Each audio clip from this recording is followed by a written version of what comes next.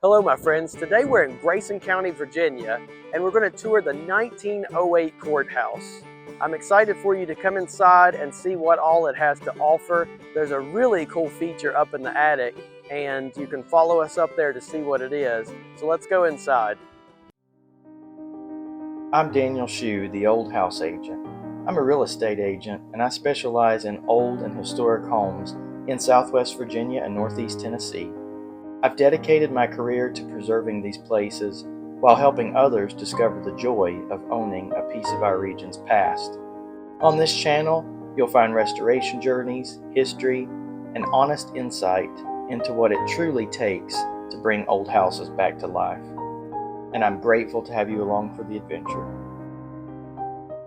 Well, we're here inside the courthouse, and I'm with my friend Polly Vaughn, who's a follower of mine and familiar with what we do. So I was excited to meet her in person today. Polly, thank you so much Nice for to meet you, Danny. meeting us here. Yes. So she's going to give us a tour around here and, show us everything that is going on and everything that has gone on to save this place, and we're really excited. So Polly, what's your role here? What do you do?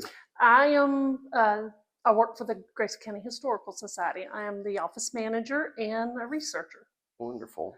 That's a very important job, both of those. Yes, I love it. As I was introduced to it by my mother, who years ago, she was writing a family history book, and I got dragged along to the courthouses, and that's how I got started. Well, those mothers do Yes, that. yeah. Yep. And so the courthouse was built in 1908, and you were telling me earlier. Can we talk about there was a courthouse here before this one, right? It was behind it. Yes, absolutely. Around 1842, there was a courthouse that was built on the same property, on the same square, kind of to the west of this current location. And then, or by 1894, the Virginia General Assembly made it a law that all records had to have all courthouses had to have a clerk office and a fireproof room for the records. So, and then the older courthouse that was here before started crumbling. It was made with local brick, and it started crumbling, so they decided to tear it down. So in 1904, they decided to tear it down. This courthouse, of course, was built in 1908 on the same property, a little above, in front of where the old one was. The architect was Franklin Milburn, who was famous for building courthouses, and they're all basically the same style as this. Yeah, this was a Richardsonian Romanesque, and there are not many of those in this area. Right. That was fascinating. Right. And the bid was put out for this, and it was $25,000 to build this courthouse. The builder of it was E.L. Robbins, and he didn't want to use local brick. So he purchased brick from Kentucky and had it brought in by rail to a little town of Fries, and then it was brought by oxen to Independence. And that's because he wanted brick that would last. Yeah. And Fries is spelled fries, right? It is right. The locals call it Fries, and that's where you live. It is. That is correct. I was born and raised. Wonderful. Fries, yeah. And so it served as a courthouse for how long? What happened later? It served as a courthouse to the late 70s, early 80s. And of course, it was falling into disrepair and needed a lot of work. And so they got a grant to build a newer one, which is close by up on the hill from here. And they wanted to tear this one down to build a parking lot. And a group of citizens got together and fought to save it. Fantastic. And I mean, I'm absolutely glad they did. It's hard to imagine when you look at the courthouse now and you see how beautiful it is, and you see those beautiful aerial drone shots, and you see it in the snow, or you see it in the autumn, or you see it as a musical venue. It's hard to imagine that just 40 years ago, those of us in Independence who loved it so much and thought it was the most beautiful thing in town, we were all sure it was going to be destroyed in 1985. I was 17. We were shocked that this could actually happen and happen quickly. And it was a mess. In 1985, it was a mess. Things were sagging, leaking. It was very dilapidated. But many of us thought it was beautiful and the jewel in the middle of town. There was a hue and cry after this vote to sell the courthouse very quickly. I was a senior at Independence High School at that time, and they had 200 people show up according to the Declaration, which was Independence's local newspaper. And there were people in the supervisor's room, there were people outside. Someone jokingly suggested we move to the courthouse. But they heard many, many, many angry and adamant people who later became part of a grassroots movement to save it. And then in 1986, early 1986, Dan Baldwin, the CEO of the Wallace Corporation, bought the courthouse for $100,000, which was what the supervisors wanted, and also pledged $80,000 to restore it. And we're still grateful to him for doing that for the town and for Grayson County now. But I participated in demonstrations as a teenager. I marched around the courthouse with a sign and chanted "Save Our Courthouse" with my mother. And during the big public hearing, my father famously said, "I'm just thankful the Statue of Liberty isn't located in Grayson County." And people cheered, and that was featured on the front page of the Declaration 2 days later and became sort of a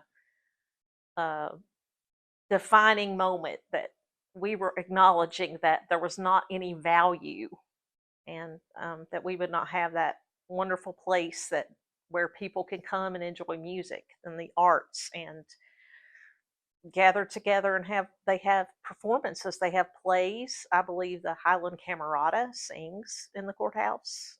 It's an incredible place.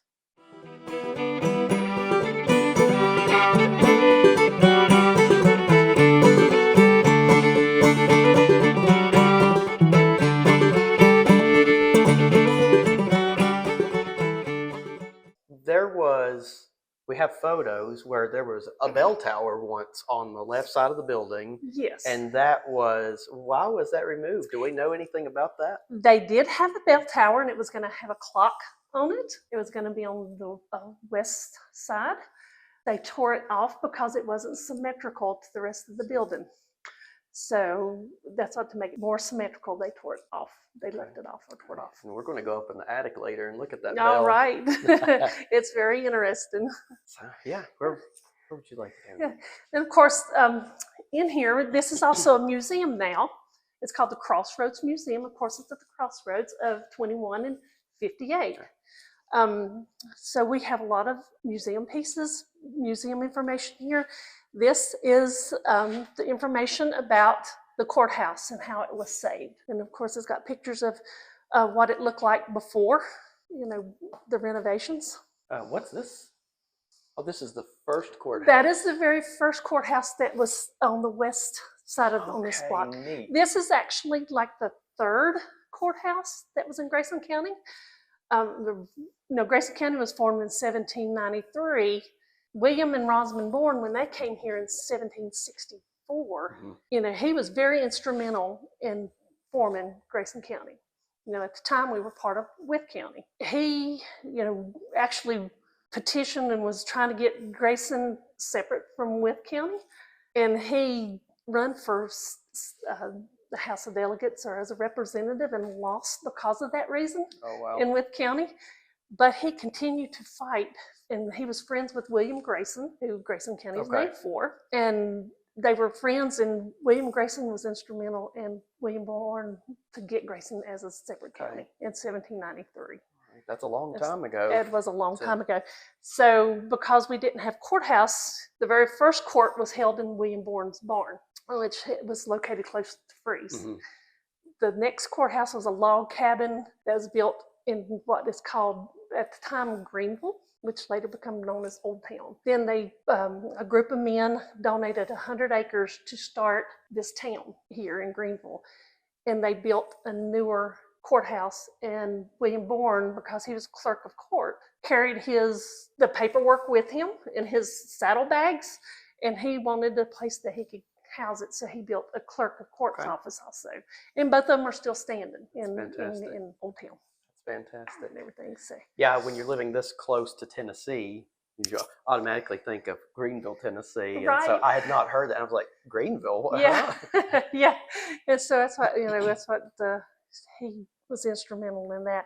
Of course, like I said, in 1842, when Carroll County broke away from Grayson, they wanted a courthouse more centralized for their people.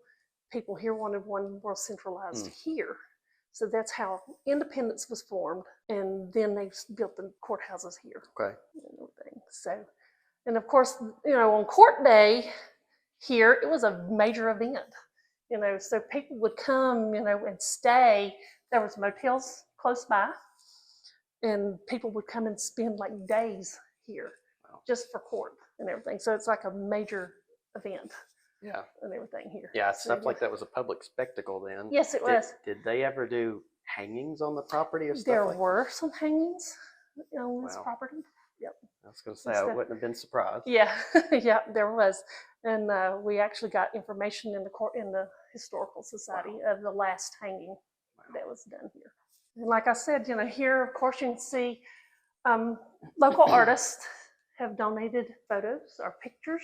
These are all people who are instrumental in helping to save the courthouse. We've got our displays, of course. You've got some great things. You have a lot of Native American artifacts. We Those do. are all Grayson County, I guess? Yes, they were Wow. all found in local fields here in Grayson County. That is amazing. They were. Very cool.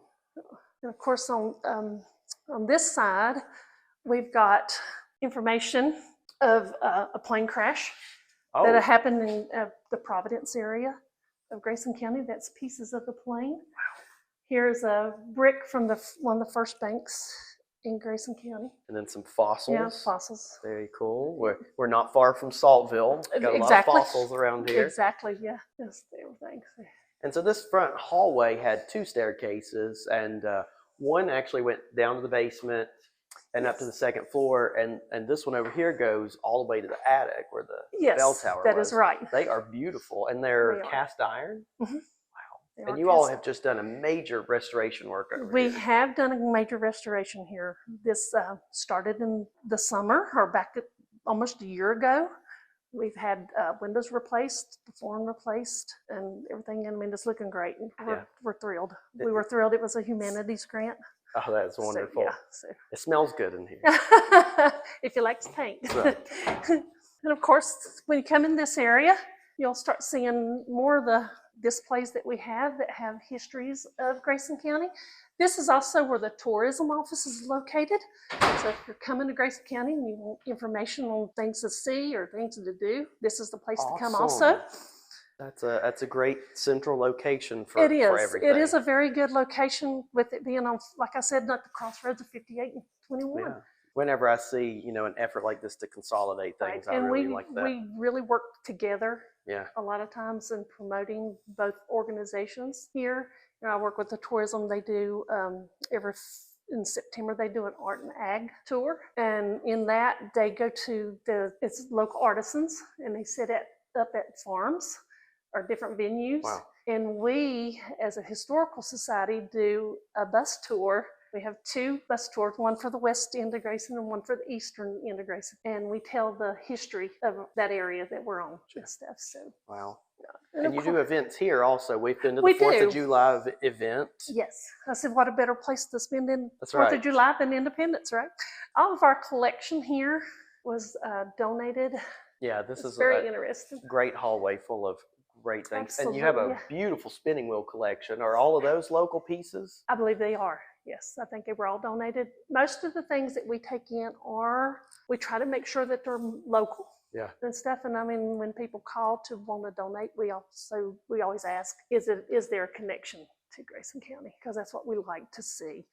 We people love it. We have a spinning wheel at home that did not come from Grayson County, but beside it is a large basket from Grayson County. Oh, okay. Full of raw wool. Right. Of course, we got all our history. It starts at the end of this hallway when you come in the door. It starts in the earlier years of Grayson County before the settlements when you got Native American Very early. information. Yeah. Wow. Then we come here to the settlement. If you look here, we have a fieldstone, which is one of the oldest known gravestones in Grayson County. Oh my goodness. It was found on a family farm, Ezekiel Young's gravestone. Wow. And it was donated by the family when they replaced it with a more modern stone. Yeah. But it does, it goes through the history of Grayson County from Native American all the way to now. Of course, we know our Revolution history. They wasn't like major battles here in Grayson County, but they were revolutionary battles fought here between the Tories and the militia and everything. That's in the area over toward Fairview and Galax area.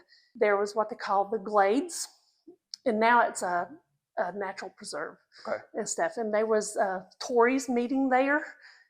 Our men here got word of it, went there. They actually had a skirmish. Some of the Tories were hung and stuff there. And then there's also in the Baywood area, we have what they call the Round Meadows where the Tories met also. But in here, this is our Vault Museum.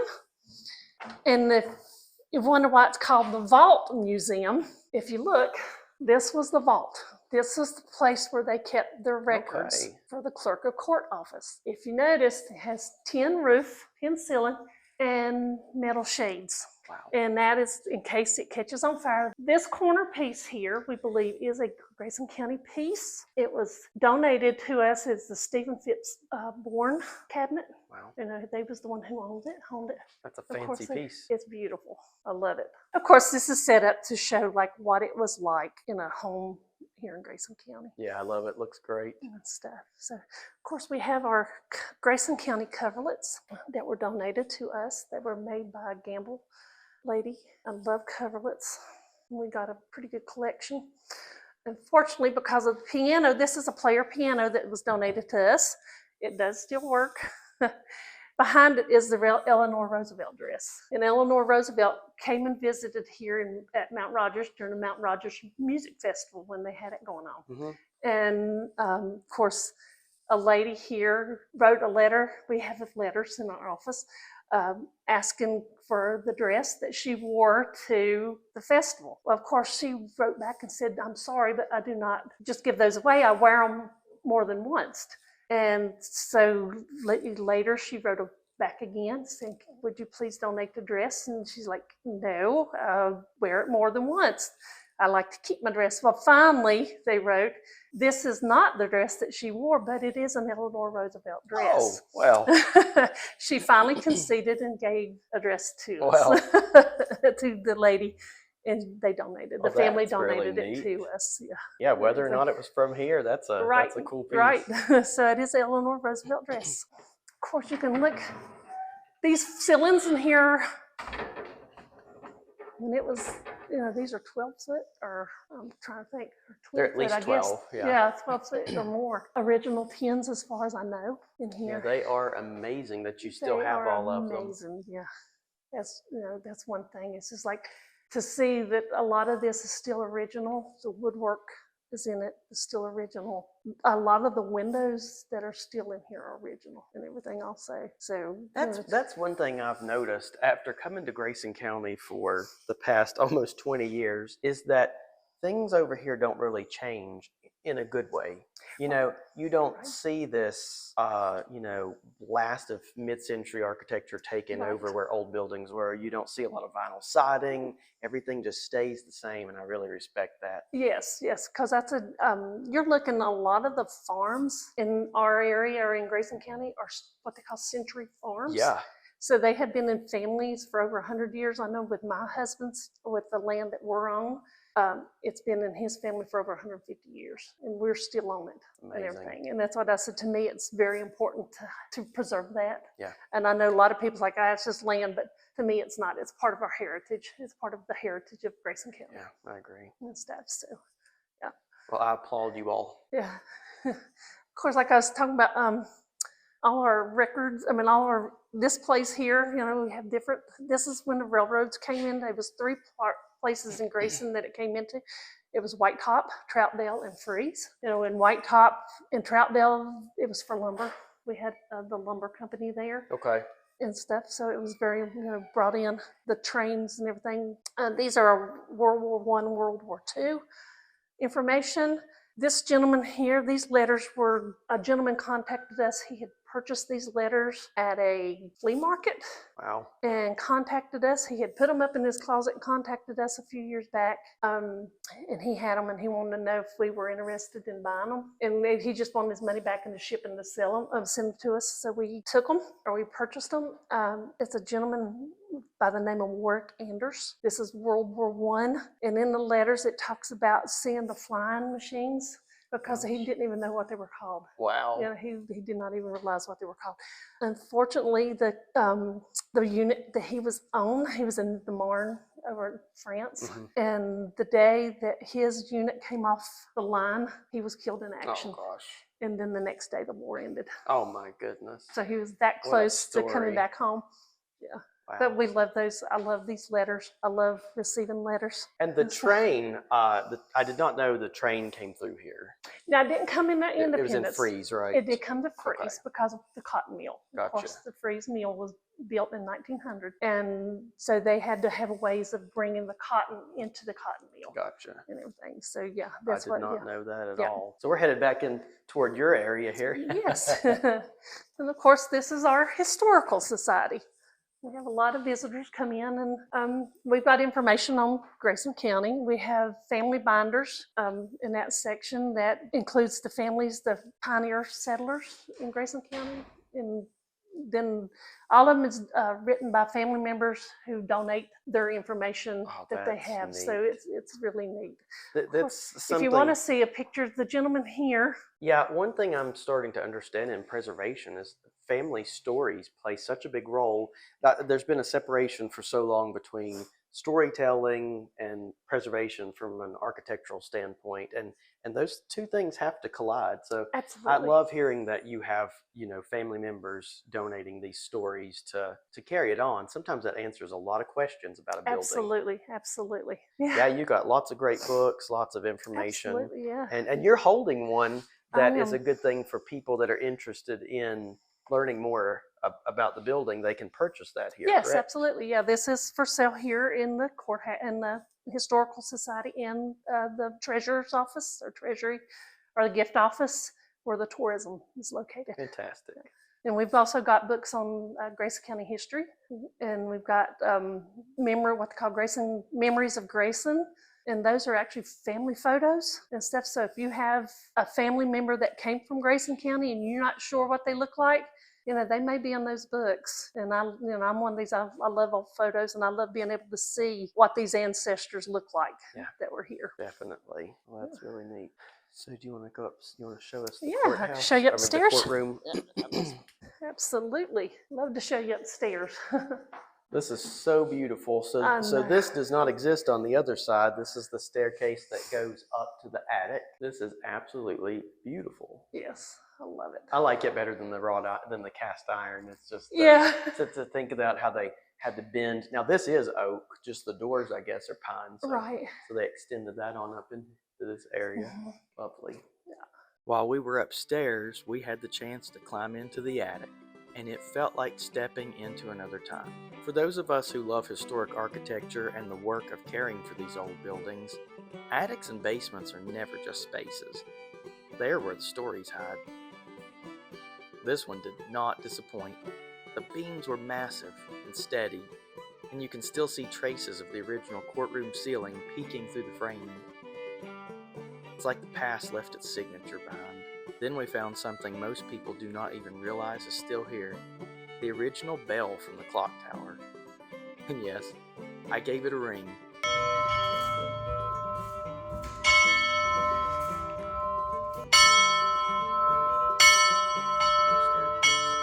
The craftsmanship is simply mind-blowing.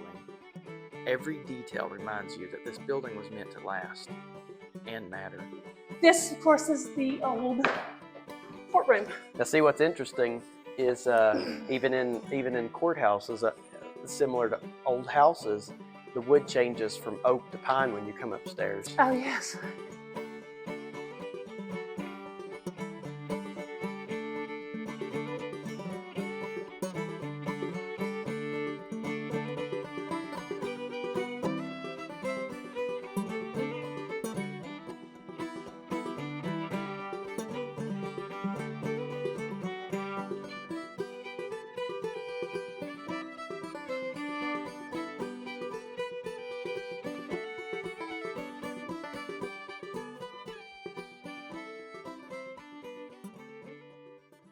The bench, the judge's bench and witness stands were here. The stage was not here. This was built on because this is a venue that they use for programs. Okay. They do plays here. Oh, that's neat. They do jam sessions or jams, play music here. The Legends of Grayson in September when we had the art bag. They come in on Sunday and they do they honor a local musician and they do a program here on that Sunday. Very cool. And you all aren't sure if these chairs are original, right? No, we're not. We're not sure if they're the original chairs or not. They are beautiful. They are. And let's see. Of course, when you go this way, around back, you have the judge's chamber Oh, is back here. But, well, what a beautiful room. yeah, this was the judge's chamber. Wow, he had him a stove right there, stayed warm. Yeah, and then on the other side would be the prosecuting attorney Okay. or the defense attorney's office on the other tower. And you Yes. got fantastic view.